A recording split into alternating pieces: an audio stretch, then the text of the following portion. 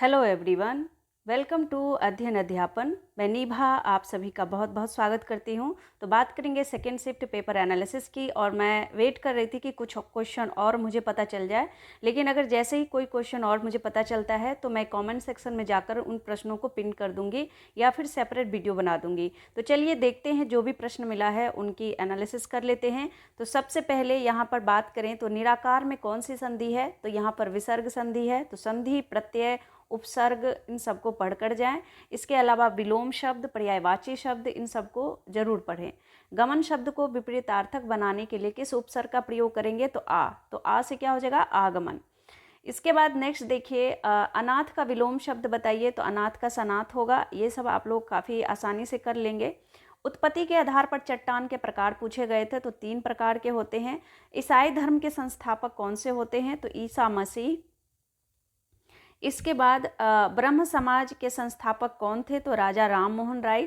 संस्थापकों के नाम जरूर पढ़कर जाएं। अनुनासिक का संबंध होता है नाक और मुंह से। इसके अलावा सीडीपी में आपके क्वेश्चन पूछे जा रहे हैं वाइगोत्स्की, पियाजे, हावर्ड गार्डनर, और आपके कोलवर्क से क्वेश्चन पूछे जा रहे हैं, तो इन सबको थोड़ा सा पढ़ लें। पियाजे, वाइगोत्स्की और हावर्ड गार्डनर का तो लगातार ही पूछा जा रहा है। इसके बाद देखिए नेक्स्ट क्वेश्चन कि यहाँ पर अनुनासिक का संबंध होता है किससे, नाक और मुंह से होता है। इसके बाद मराठा साम्राज्य का संस्थापक का नाम पूछा गया था, तो छत्रपति शिवाजी। नेक्स्ट देखिए, ईसाई धर्म का प्रमुख ग्रंथ कौन सा है, तो बाइबल है। और यहाँ पर आपके क्वेश्चन पूछे जाते हैं अधिगम विकार से, तो देखिए अधिगम विकार को थोड़ा सा अच्छे से पढ़ लें। जैसे डिस्ग्राफिया, यहाँ पर इसमें बोला गया है कि लिखने में अक्षम बच्चे, यानी लिखने संबंधित विकार को क्या कहते हैं, तो डिस्ग्राफिया कहते हैं। यानी ग्राफ से आप याद रखेंगे, हम ग्राफ बनाते हैं ना, तो ग्राफ से आप डिस्ग्राफिया यानी लेखन संबंधित विकार होता है। डिसकैलकुलिया यानी कैलकुलेशन, मैथ के कैलकुलेशन से संबंधित कोई विकार है तो उसे हम डिसकैलकुलिया कहते हैं। इसके बाद पठन संबंधित विकार हो तो उसे डिसलेक्सिया कहते हैं, और अगर बोलने से संबंधित विकार हो तो उसे हम अफेजिया कहते हैं। तो थोड़ा सा इन सबको रिवाइज कर लें एक बार, क्योंकि इससे प्रश्न आपके पूछे जा रहे हैं। निम्न में से कौन सी समाजीकरण की निष्क्रिय एजेंसी है, तो सार्वजनिक पुस्तकालय। और यहाँ पर नेक्स्ट क्वेश्चन जो है वो है संश्लेषित वैक्सीन क्या कहलाती है, तो द्वितीय तथा तृतीय पीढ़ी की वैक्सीन।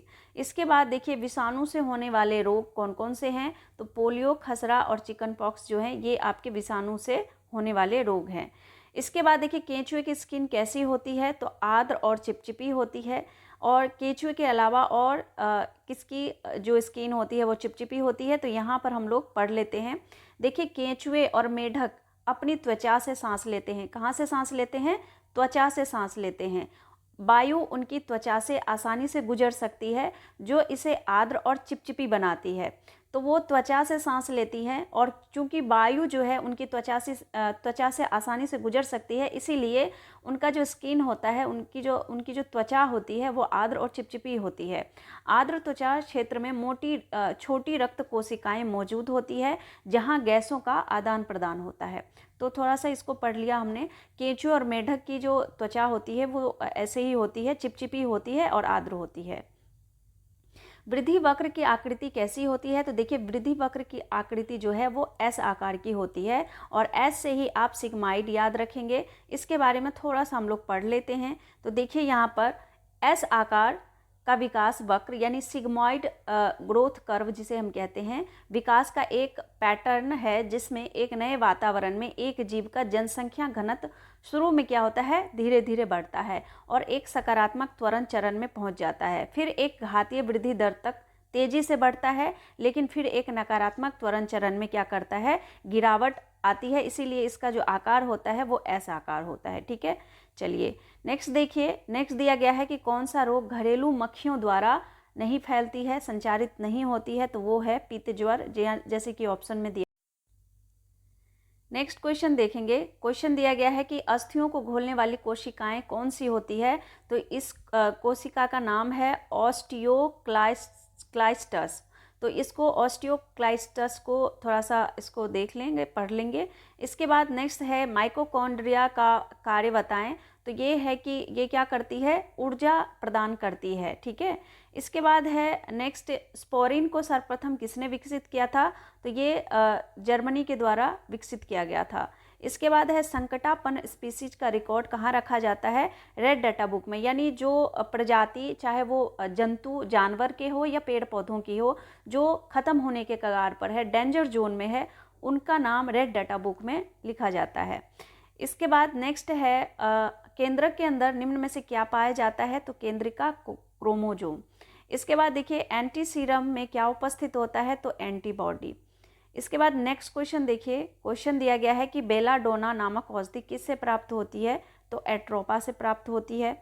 दूध को दही में परिवर्तित करने वाला जीवाणु कौन सा है, तो लैक्टोबैसिलस, इसका नाम याद रखेंगे। उसके बाद नेक्स्ट है चीनी के एल्कोहल में परिवर्तन की प्रक्रिया क्या कहलाती है, तो किण्वन कहलाती है। उसके बाद देखिए पहला जैव मंडल संरक्षित क्षेत्र है नीलगिरी जैव मंडल संरक्षित क्षेत्र। तो फ्रेंड्स ये कुछ क्वेश्चन थे, और अगर कोई और क्वेश्चन आप लोगों को आता है तो कमेंट सेक्शन में जाकर उसे लिख दें ताकि दूसरे अभ्यर्थियों को हेल्प मिले। तो आज के लिए बस इतना ही, मिलती हूँ नेक्स्ट वीडियो में, तब तक के लिए thank you and thanks for watching.